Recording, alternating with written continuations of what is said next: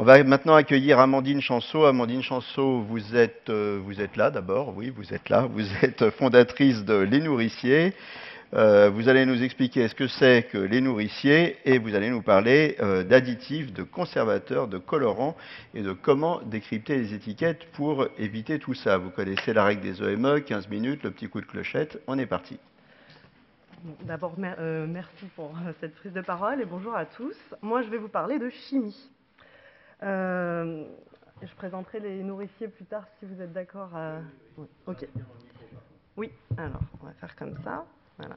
Donc moi, je vais vous parler de chimie, de la chimie qui s'est installée dans nos assiettes à partir des années 60, puisque c'est dans les années 60 que sont apparus les additifs dans l'industrie agroalimentaire. Et donc, ils ont des noms très charmants que nous ne trouvons pas facilement dans nos placards, qui sont le chlorure d'ammonium, le disulfite de potassium, le nano-oxyde de silicium.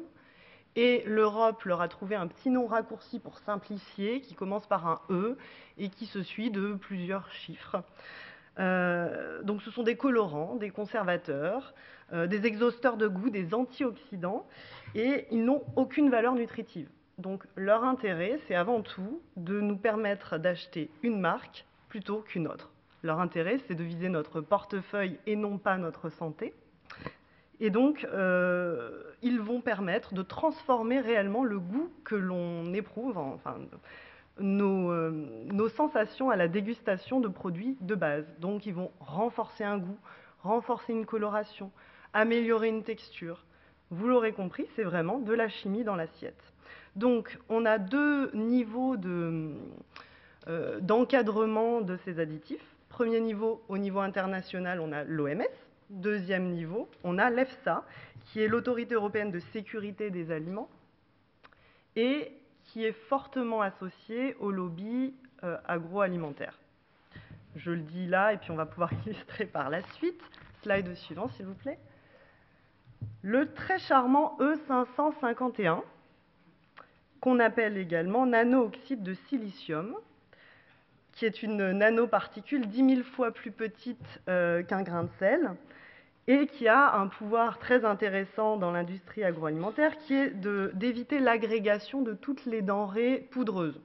Donc en l'occurrence, le sucre, le sel, le cacao. Il va donner une texture plus onctueuse à toutes nos préparations industrielles, celles qu'on consomme du coup dans les supermarchés. Et donc, comment ça se traduit? Les préparations de céréales pour nourrissons, les laits en poudre, les fromages râpés, les confiseries, les soupes instantanées également. En 2017, les chercheurs de l'INRA ont découvert qu'une exposition chronique au E551 entraînait des lésions précancéreuses au niveau du côlon. Donc, suite à ça, qu'est-ce qui se passe? L'EFSA dit il faut des études complémentaires. Très bien, merci. Donc, études complémentaires, 2019, une équipe de chercheurs français confirme que l'exposition chronique au E551 entraîne des anomalies tissulaires, notamment au niveau des reins, et également une réponse hépatique inflammatoire. Donc, confirme qu'il y a quand même un risque sur la santé. Aujourd'hui, le E551 est toujours dans nos assiettes et il est même labellisé bio, comme vous pouvez le voir. Donc, il est autorisé et compatible avec le label bio. Voilà.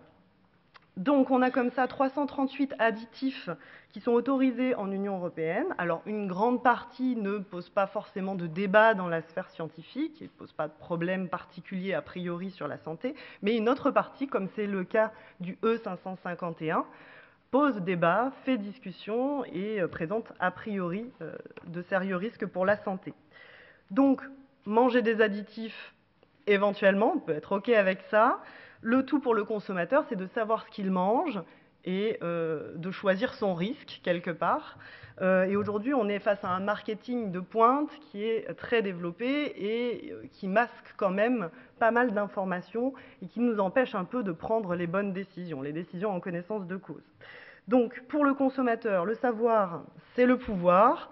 Aujourd'hui, l'objectif, c'est de vous donner quelques tips, solutions, pour identifier sur nos packaging les petites choses qu'il faut qu'on remarque pour faire les choix éclairés du consommateur que nous sommes. Donc slide suivante, s'il vous plaît. Voilà. Premier conseil. Alors, le chemin le plus court, il ne faut pas le prendre. Donc, quand on lit sur des étiquettes des petites allégations qui sont censées nous simplifier la vie pour choisir le bon produit, le produit que le distributeur ou que les différentes marques auront choisi pour nous, on ne va surtout pas se contenter de les écouter. Donc, par exemple, sans conservateur, 0% de sucre, sans colorant artificiel, il y a de gros biais à ces allégations-là. Exemple, sans conservateur, il n'est pas exclu qu'un composant du produit final contienne des conservateurs.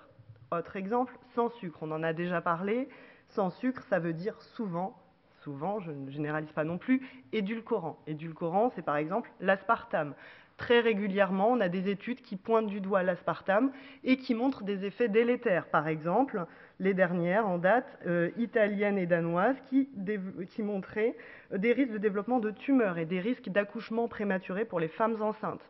Aujourd'hui, l'EFSA a dit, pas de problème, a priori, il y a une innocuité de l'aspartame. Mais en tout cas, très régulièrement, on a des études comme ça qui nous disent « attention quand même avec l'aspartame ». Aujourd'hui, l'ANSES, sur ce sujet de l'aspartame, indique que les données scientifiques sont insuffisantes. Par exemple, on parlait du microbiote tout à l'heure. L'aspartame est pointé du doigt aussi par rapport à une toxicité vis-à-vis du microbiote. Voilà ce qu'on peut dire sur le sans sucre. On a un autre aussi qui est le label bio. Alors oui, c'est moins pire dans le bio. Dans le bio, il y a 50 additifs qui sont autorisés, contre les 338 autorisés pour l'ensemble des autres produits. Sur ces 50 additifs, il y en a 7 qui sont pointés du doigt comme étant à éviter par la communauté scientifique. Donc les nitrites de sodium, les sulfites et le fameux 551 dont on a parlé tout à l'heure. Il y en a d'autres, je ne les cite pas tous. Donc c'est moins pire dans le bio, mais attention, ça ne permet pas de se protéger de tout ce qui est identifié déjà à date comme à risque.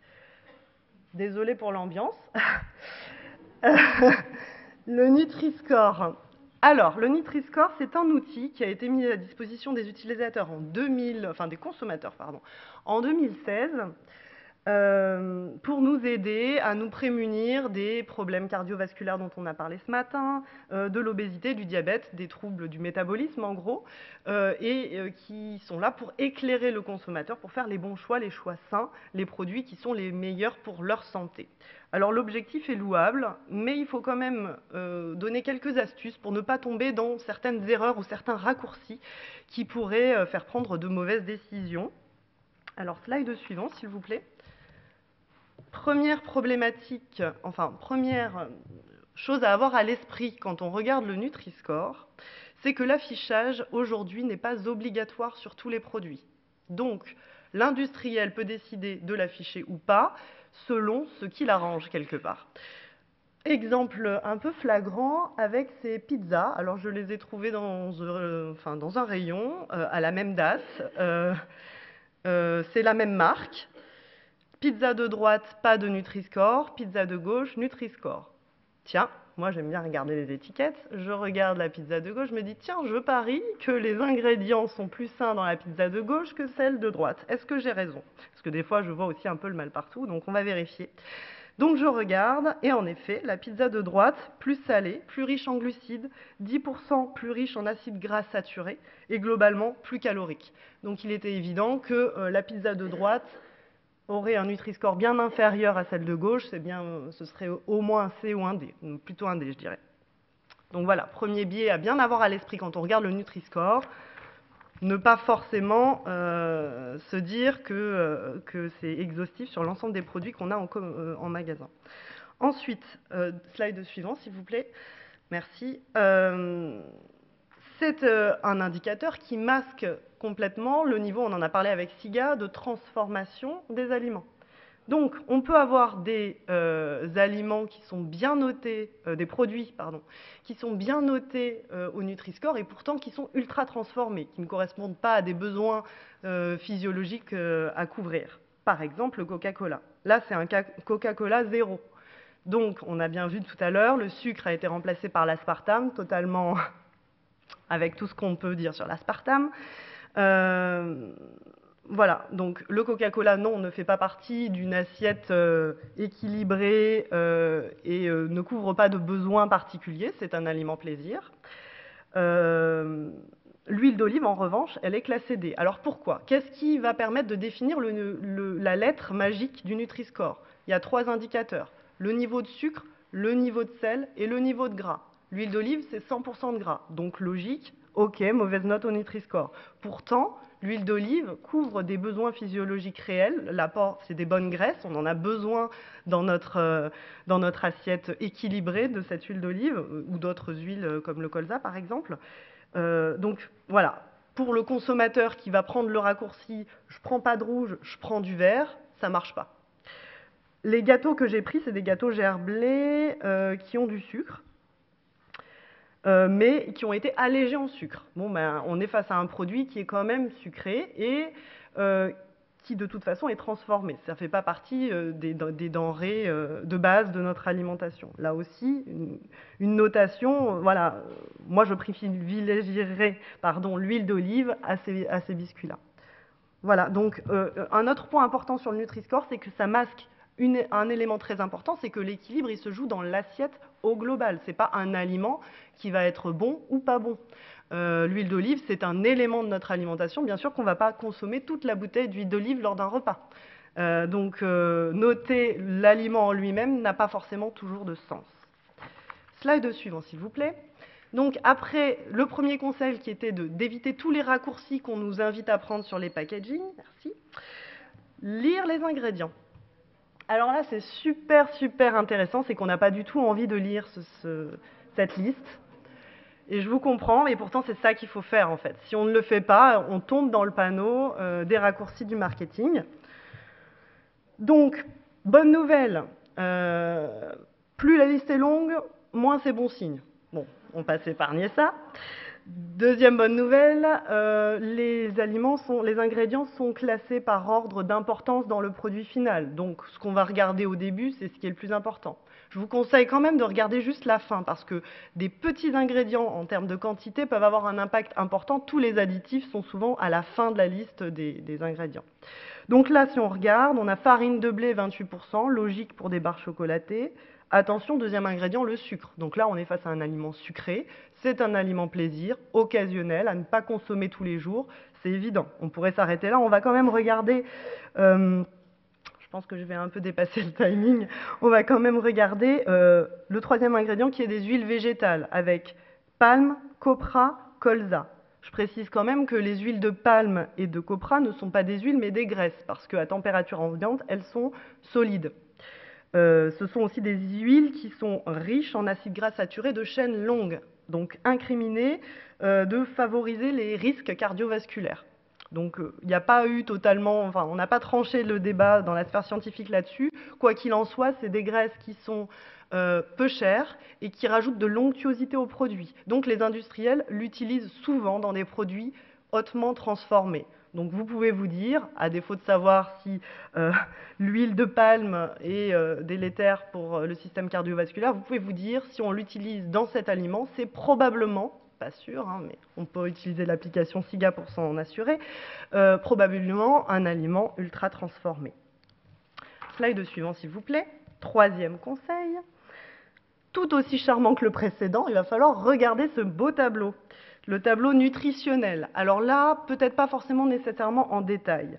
Ce tableau, il sert surtout à comparer deux produits. Si vous hésitez entre deux produits, moi je vous conseille de vous servir en plus de la liste d'ingrédients de ce tableau-là, parce qu'il va vous donner 2-3 indications pour choisir le meilleur des produits. Le meilleur des produits, globalement, c'est le produit où, dans la ligne matière grasse, souligne dont acides gras saturés. Ces acides gras saturés, plus ils sont élevés, globalement, plus on va les éviter.